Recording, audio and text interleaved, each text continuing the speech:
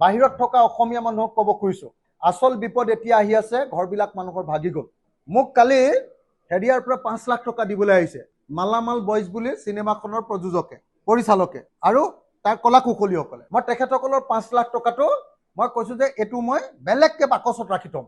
কেলে এই 5 লাখ টকাটো এতিয়া মই যিটো আৰ্থিক সাহায্য দি আছোঁ তাত খৰচ নকৰোঁ। কেলে হাজাৰ হাজাৰ ঘৰ ভাগি গ'ল, এতিয়া নতুনকৈ আমি ঘৰ বনাই দিব লাগিব মানুহ। মই সেইকাৰণে অনুৰোধ জনাইছোঁ, মই এটা মডেল উলিয়াইছোঁ। কোনোবা মানুহে যদি কাৰোবাক সহায় কৰিব খোজে 3 লাখ টকাত এটা ধুনীয়া পকা ঘৰ আপোনালোকে ডনেট কৰিব পাৰিব। 3 লাখ টকাত এটা পকা ঘৰ দৰিদ্ৰ বানপীড়িত পৰিয়ালৰ কাৰণে 3 লাখ টকা কোনোবাই খৰচ কৰিব নেকি? 3 লাখ টকা এটা যদি 3 লাখ টকা খৰচ কৰে, তেওঁৰ নামত আমি এটা ঘৰ দিম। তেওঁৰ নামত, সেই মানুহজনৰ নামত সেই দুখীয়া পৰিয়ালটোক আমি এটা ঘৰ দিম। আৰু যদি 3 লাখ টকা খৰচ নকৰে, তাতকৈ কম খৰচ কৰিব খোজে 20,000 টকা, এটা ঘৰত আমি টিংপাত দিম আৰু পকা খুঁটা দিম। পাৰিলে কাঠো দিলে ভাল আছিলে। 50,000টো যদি হৈ যায়তো তেতিয়াহ'লে কাঠৰ সৈতে হৈ গ'লহেঁতেন। কিন্তু যদি 20,000ও দিয়ে, যদি কোনোবাই 1 লাখ টকা দিয়ে, আমি 5টা ঘৰ বনাম, পকাৰ খুঁটা আৰু টিংপাত। বাকী বেৰবিলাক নিজৰ ঘৰৰ মানুহে ঠিক কৰিব, তাৰ কাৰণে বাঁহৰ কাৰণে আমি পইচা দিম কেইটকামান। আৰু যদি নোজোৰেগে তেতিয়াহ'লে আমাৰ যিটো ফাণ্ড থাকিব, মোৰ MLA ফাণ্ড, তাৰ পৰাও সহযোগিতা কৰিম, বা আমাৰ যিটো ডনেশ্যনৰ ফাণ্ড তাৰ পৰা সহযোগিতা কৰিম। গতিকে মই অসমৰ ৰাইজক আকৌ এটা অনুৰোধ কৰিছোঁ, শ্ৰদ্ধেয় ৰাইজ, ইতিমধ্যে আমাৰ বানপীড়িত ৰাইজৰ কাৰণে ৰিলিফটো মোটামুটি হৈ গৈছে। আপোনালোকে সহায় কৰিব খুজিলে ফেনাইল, ব্লিচিং পাউডাৰ, চেণ্ডেল, লেপ, তুলি, কম্বল, আঁঠুৱা, বিচনা, ঘৰৰ বস্তু যিবিলাক আচবাব পত্ৰ, বাচন বৰ্তন, এইবিলাক সহায় কৰিব পাৰে, 1 নম্বৰ কথা। আৰু সেইটো নকৰিলে 2 নম্বৰ আটাইতকৈ ডাঙৰ এটা সহায় কৰিব পাৰে যে এটা পৰিয়ালক টিং আৰু পকা খুঁটাকেইটা কিনি দিবৰ কাৰণে টকা 20,000কে দিব পাৰে। যদি কোনোবাই টকা 5 লাখ দিয়ে, আমি এখন গাঁও তেওঁৰ নামত এডপ্ট কৰি দিম। 5 লাখ টকাত তেওঁৰ নামত এটা গাঁও এডপ্ট কৰি দিম। 25টা ঘৰ তেওঁৰ নামত গাঁও এখন এডপ্ট কৰি দিম। কোনোবাই দিব নেকি? আৰু যদি কোনোবাই ভাবে যে নহয়, মই ইমান সস্তীয়া ঘৰ নিদিওঁ, অলপ ভাল ঘৰ এটা দিম, আমি এটা ধুনীয়াকৈ ইঞ্জিনিয়াৰৰ জৰিয়তে ড্ৰয়িং এটা কৰাইছোঁ, কোনটোত কিমান খৰচ পৰিব। ঘৰটো বৰ ধুনীয়া, আমাৰ PMAY ঘৰটোতকৈ বহুত ধুনীয়া ঘৰ এটা ড্ৰয়িং কৰাইছোঁ।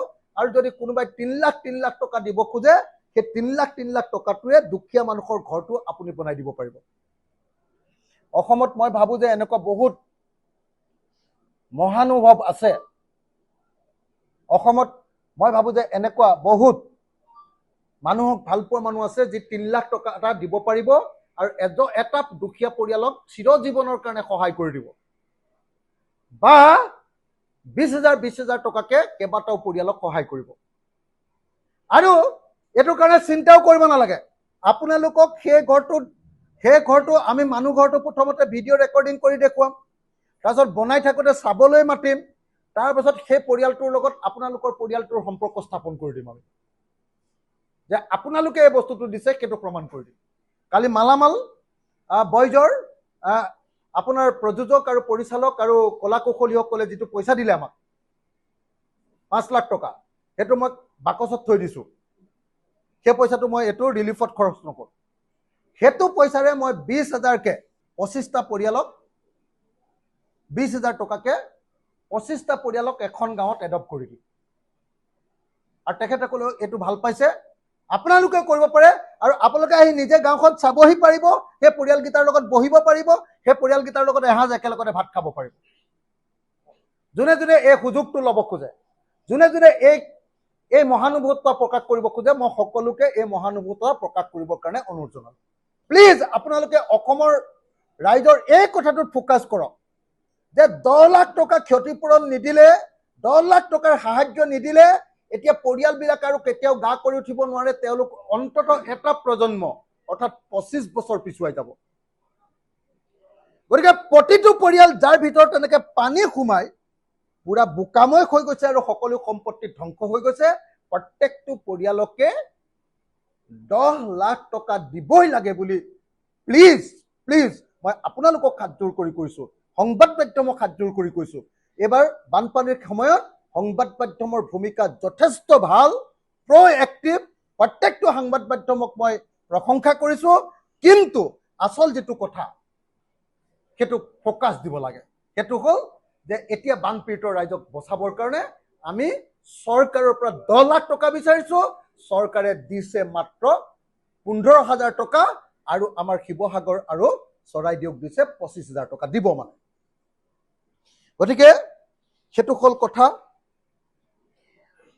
দ্বিতীয় কথাটো হ'ল, মই অসমৰ মুখ্যমন্ত্ৰীক অনুৰোধ কৰিছিলোঁ যে ইয়াত থকা সকলোবিলাক গাড়ী, সকলোবিলাক মটৰচাইকেল, সকলোবিলাক ঘৰৰ লোন, সকলোবিলাক বেংকৰ পাৰ্চনেল লোন, সকলোবিলাক হাউচিং লোন আৰু অন্যান্য যি লোন আছে, প্ৰত্যেকটো লোনৰ ক্ষেত্ৰতে মৰেটৰিয়াম দিব লাগে।